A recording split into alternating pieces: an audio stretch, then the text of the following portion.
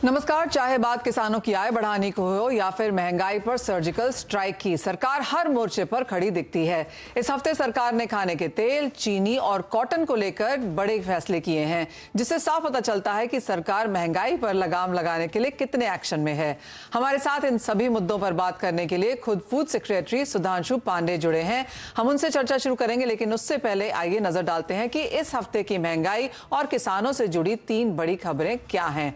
सबसे पहले यहां पर नजर डाल लेते हैं हम यहां खाने के तेलों पर, जहां पर और सस्ता खाने का तेल हो सकता है। अगले 10 दिनों में और सस्ता होगा खाने का तेल, इस तरह की सरकार की मीटिंग हुई है और कीमतों में 8 से 10 रुपए प्रति लीटर की कटौती संभव रह सकती है। ऑफकोर्स जिस तरह से हमने अंतर्राष्ट्रीय बाजारों में खाने के तेल के भावों में गिरावट देखी है, सरकार ने वही भारतीय बाजारों में भी अप्लाई करने की कोशिश की है। सरकार ने कंपनियों के साथ यहां पर मीटिंग्स करी है और मई से अब तक 3 मीटिंग्स हो चुकी हैं, जिसमें 30 लीटर तक घटाए जा चुके हैं यहां पर दाम, और उसका इंपैक्ट हम रिटेल मार्केट्स में बहुत जल्दी आता हुआ देखेंगे भी।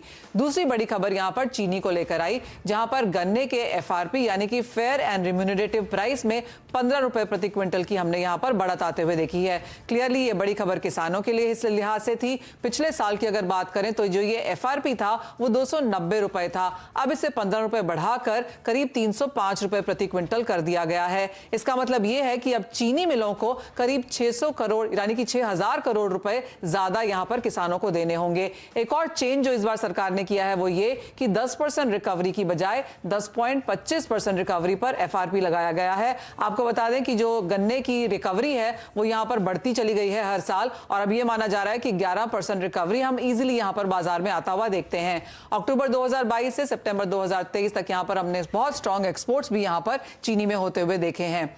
तीसरी बड़ी खबर यहां पर कॉटन में आई, जहां पर भावों में अच्छी खासी बढ़त देखने को मिली। अगर आप अंतरराष्ट्रीय बाजार देखें तो वहां पर 98 सेंट्स के आसपास कारोबार है, लेकिन अगर भारतीय पैरिटी देखें तो वो 155 के आसपास है। इसी को लेकर एमसीएक्स ने यहां पर कॉटन पे एक बड़ा एक्शन भी लिया है और सोमवार से ये नोटिफिकेशन इंप्लीमेंट भी हो जाएगा, जहां पर उन्होंने अगस्त सीरीज के लिए नए नियम यहां पर लागू कर दिए हैं।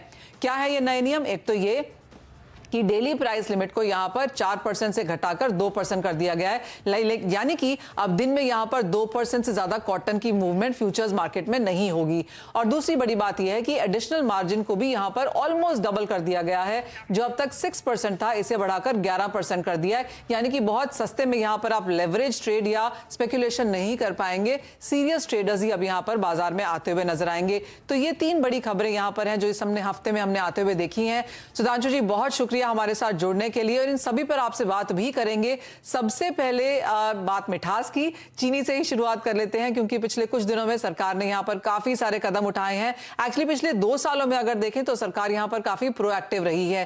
पहले आपसे यही जानना चाहेंगे कि एफआर की बढ़त को आप कैसे देखते हैं, किसान और इंडस्ट्री का रिएक्शन इस पर क्या है?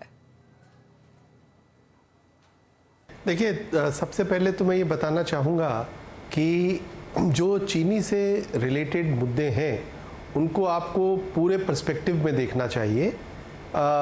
पिछले दिनों में चीनी के उद्योग में सरकार ने जो कदम उठाए उसकी वजह से जो सुधार हुए हैं उससे किसानों को भी फ़ायदा हुआ है और जो चीनी मिले हैं उनको भी फ़ायदा हुआ है। लास्ट ईयर सरकार ने चीनी मिलों के माध्यम से करीब 1,15,000 करोड़ का चीनी जो खरीदी थी, शुगर केन खरीदा था, उसका पेमेंट किसानों को किया था, और वो पेमेंट 90% से ऊपर अब तक हो चुका है। और आने वाले समय में, इस साल में जो अब आएगा, शुगर केन ईयर आएगा, उसमें करीब 1,20,000 करोड़ का शुगर केन खरीदने की तैयारी है।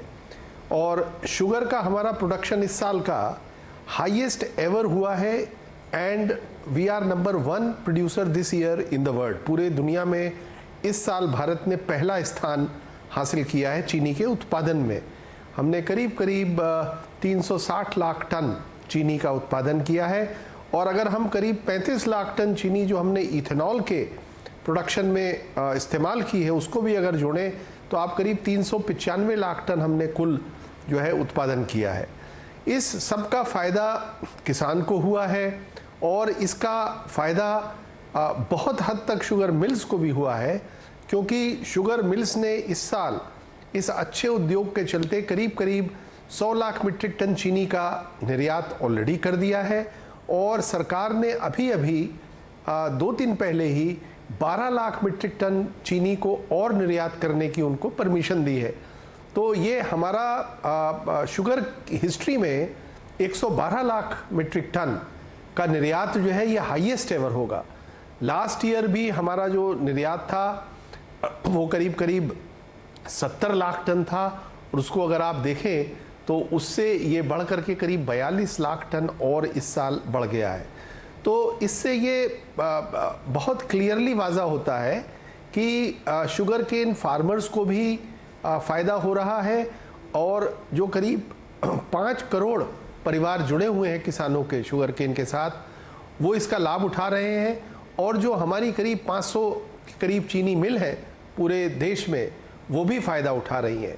किसान ने भी जो है वो नई नई तकनीकों का इस्तेमाल करके अब हमारी कंट्री की जो एवरेज रिकवरी है वो भी बढ़ कर के 11% हो गई है और इस पूरे सिस्टम में प्रोडक्शन का करीब करीब 88% जो है वो जो रेवेन्यू जनरेट होता है उसका फ़ायदा वो किसानों को मिलता है। तो ये सभी के लिए खुशी की बात है और सभी के लिए एक अचीवमेंट है जिसमें किसान का बहुत बड़ा रोल रहा है। एब्सोल्युटली, और आपने वो सारी चीजें बताई जो सरकार ने यहाँ पर की भी हैं और किस तरह से किसान को यहाँ पर फायदा मिला है।